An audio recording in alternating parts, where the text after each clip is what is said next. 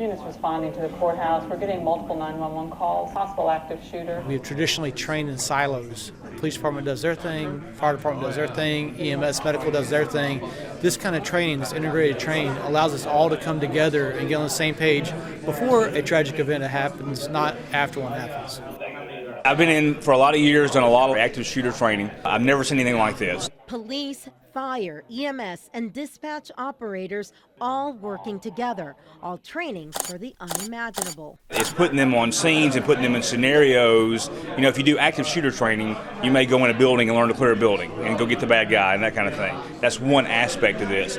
This training covers everything. It's covering from having to get an ambulance on scene to 911 to, what is incident command doing. It's got every aspect of a mass casualty or active shooter scenario covered, and that's what's really good about this. I've never seen anything like that in any other training I've been involved in. This type of virtual training is now going on in major cities across the U.S. The training you're seeing here took place in Atlanta. First responders got hands-on experience without ever having to take equipment out of service. We start at the ground level. Let's just get, the first officer on the scene, first couple officers, and we build all the way up to getting the fire and the EMS there and getting patients out, but also build the command piece of it. So because the mayor, the city manager, the city council, the county judge will be involved at some level or another. So we practice that communication. I got a full staff. You want me to send any of my personnel to these hospitals so that they can? Yeah, that would be great if we could have a couple in there. Coordinate with medical what hospitals are going to. Let's get some people there.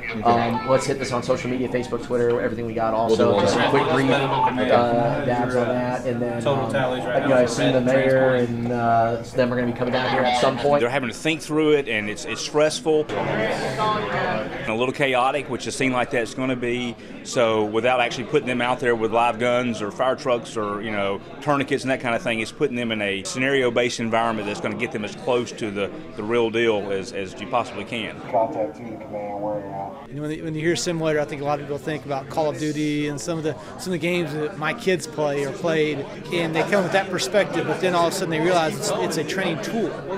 One, be advised, we're getting reports of 2 different shooters. A training tool for first responders, which allows them to think in a situation that is as real as you can get. Go ahead, you take over the radio. Without an actual mass shooting.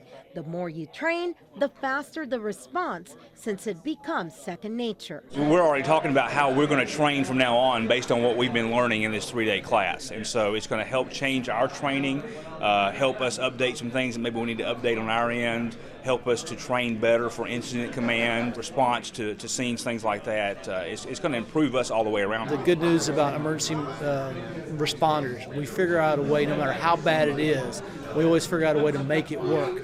But that we don't want to make it work. We want to make it work perfect.